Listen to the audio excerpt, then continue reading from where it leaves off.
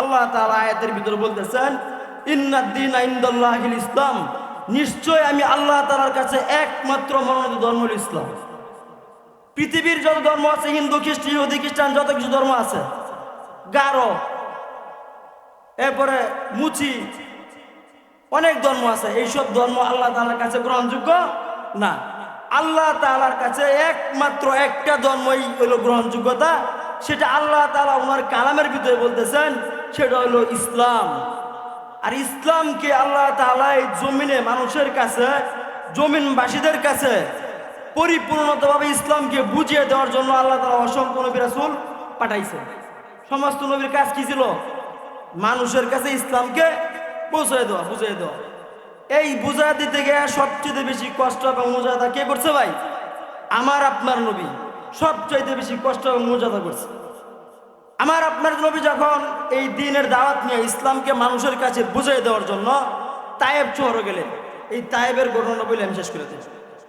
আমার নবী তায়েব শহর গেলেন, তার মামার দেশের ভিতরে দাওয়াত নিয়ে গেলেন, দ্বীনের দাওয়াতটা গ্রহণ করবে, মানুষ কবুল করবে। তখন তায়েবের বাদশা ছিল নাজ্জাশী। আমার আপনার নবী তায়েব শহরে যখন নিজের দ্বীনের দাওয়াত নিয়ে গেলেন, আল্লাহ তাআলার হুকুমে তায়েব শহরে গেলেন। তায়েবে যখন আমার আপনার নবী মন বড় আশা নিয়া তায়েব শহরে গেলেন দ্বীনের দাওয়াত দেওয়ার জন্য, তায়েববাসী তো আপনার আমার নবীর দাওয়াত গ্রহণ করে নাই, উল্টা তায়েবের যুবকদেরকে লেলিয়ে দিছে, এই লোকটা পাগল, এই লোকটাকে তোমরা তায়েব থেকে খেদাইয়ে দাও। তায়েবের দুষ্ট যুবকেরা আপনার আমার নবীকে, যেই নবীর শরীর থেকে মশা মুবারক বসা হারাম করে দিয়েছিল আল্লাহ তাআলা, এই নবীকে এত পরিমাণ আঘাত করছে। তায়েবের দুষ্ট যুবকেরা আমার আপনার নবীকে এমন পরিমাণ পাথর নিক্ষেপ করছে, পাথরের আঘাতে বলে শিলা বৃষ্টির মতো পাথর আপনার আমার নবীর শরীরে মারছে। এত পরিমাণ পাথর আপনার আমার নবীর শরীরে মারছে, আপনার আমার নবীর শরীর থেকে রক্ত মুবারক বাইর হইছে।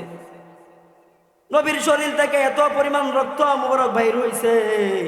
নবীর পালিত পুত্র জাহেদ নবীদের সঙ্গে ছিল। নবীর পালিত পুত্র জাহেদ বলতেছেন, এই তায়েবের যুবকেরা আমার নবীকে আর মারিস না, আমার নবীর মা নাই, আমার নবীর বাবা নাই, আমার এতিম নবীকে তোরা আর মারিস না। কিন্তু তায়েবের দুষ্ট যুবকেরা সেটা মানে নাই, এত পরিমাণ আঘাত করছে। তায়েবের জমিনের ভিতরে আপনার আমার নবীকে একবার না, দুইবার না, তিনবার তায়েবের জমিনে আপনার আমার নবী বেহুশ হইছে। তায়েবের যুবকদের রক্তের আঘাতে, পাথরের আঘাতে তিনবার আপনার আমার নবী যখন তায়েবে বেহুশ হইছেন, এরপরে আল্লাহ তাআলা হযরত জিবরাইল আলাইহিস সালাতু ওয়াস সালামকে পাঠাইলেন, জিবরাইল যাও আমার বন্ধুর কাছে যাও, তায়েবে গিয়ে আমার বন্ধুর কাছে জিজ্ঞাসা করো আমার বন্ধু তায়েব শহরের বিষয়ে কি বলতে চাই। আল্লাহর নবীর কাছে হযরত জিবরাইল যখন চলে আসছেন, আয়েশা বলতেছেন, ইয়া রাসূলুল্লাহ, ইয়া হাবিবাল্লাহ, ওগো আল্লাহর পয়গম্বর, আল্লাহ তাআলা আমাকে আপনার কাছে পাঠাইছেন, আপনি যদি বলেন আমি তায়েববাসীকে ধ্বংস করে দেব। আমার আপনার নবী বলতেছেন, এ জিবরাইল, আমাকে তো আল্লাহ তাআলা ধ্বংসের জন্য পাঠাই নাই, আমাকে তো আল্লাহ তাআলা ওমা আরসালনাকা ইল্লা রাহমাতাল লিল আলামিন, আমাকে তো আল্লাহ তাআলা এই জমিনের জন্য রহমত স্বরূপ পাঠাইছেন, আমাকে তো ধ্বংস করে দেওয়ার জন্য পাঠাই নাই। তায়েবের মানুষ আমাকে চিনতে পারে নাই, তারা তাই আমাকে আঘাত করছে।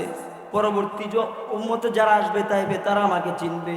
বর্তমানে যখন ইস্তেমাতে আসে তায়েবের উম্মতেরা, তায়েবের মানুষেরা এত পরিমাণ কান্না করে, বাংলাদেশের মানুষও এত পরিমাণ কান্না করে না। আপনার আমার নবী যদি এত পরিমাণ কষ্ট না করতো, দ্বীনের দাওয়াত নিয়ে এত কষ্ট না করতো, তায়েবে কষ্ট করছেন, উহুদে কষ্ট করছেন, নবীর দান মুবারক শহীদ হয়েছেন, নবীজির মুকুট, লোহার মুকুট ভাঙ্গা নবীজির মাথায় ঢুকছে, নবীজির দাঁত মুবারক শহীদ হয়েছেন দ্বীনের দাওয়ার জন্য। আপনার আমার নবী যদি এত কষ্ট না করতেন রে ভাই, ও চোখ শাকনাইটের ভাইয়েরা, তাহলে এই চোখ শাকনাইট পর্যন্ত ইসলাম বুঝতো না। কথা কোন ঠিক কিনা? এই জন্য ভাই আমি যে হাদিসটা পড়ছি আল্লাহ রাসূল সাল্লাল্লাহু আলাইহি সাল্লামের একটা হাদিস, মান আহাব্বা সুন্নতি ফাকাদ আহাব্বানি ওয়া মান আহাব্বানি কানা মাই ফিল জান্নাহ। আল্লাহ রাসূল সাল্লাল্লাহু আলাইহি সাল্লাম বলেন, যারা আমার সুন্নতকে ভালোবাসবে, আঁকড়াইয়া ধরবে, যারা আমি নবীর সুন্নতকে আঁকড়াইয়া ধরবে, তারা আমি নবীর সাথে জান্নাতে যাবে। যারা আমি নবীর সুন্নতকে ভালোবাসলো, সে যেন আমি নবীকে ভালোবাসলো, আর যে আমি নবীকে ভালোবাসবে সে আমার সাথেই জান্নাতে যাবে। অন্য এক বুখারী হাদিসের মধ্যে বলতেছেন, লা ইউমিনু আহাদুকুম হাত্তা আকুনা হাব্বা ইলাইহি মিন ওয়ালিদিহি ওয়া ওয়ালাদিহি ওয়ান নাসি আজমাইন। ততক্ষণ পর্যন্ত একটা মানুষ পরিপূর্ণ ঈমানদার হইতে পারবে না যতক্ষণ পর্যন্ত তার বাপ মা সন্তান আত্মীয় স্বজন পাড়া প্রতিবেশী এমনকি নিজের জীবনের চাইতেও নবীকে বেশি মহব্বত না করবে। আমরা নবীকে মহব্বত করব ইনশাআল্লাহ।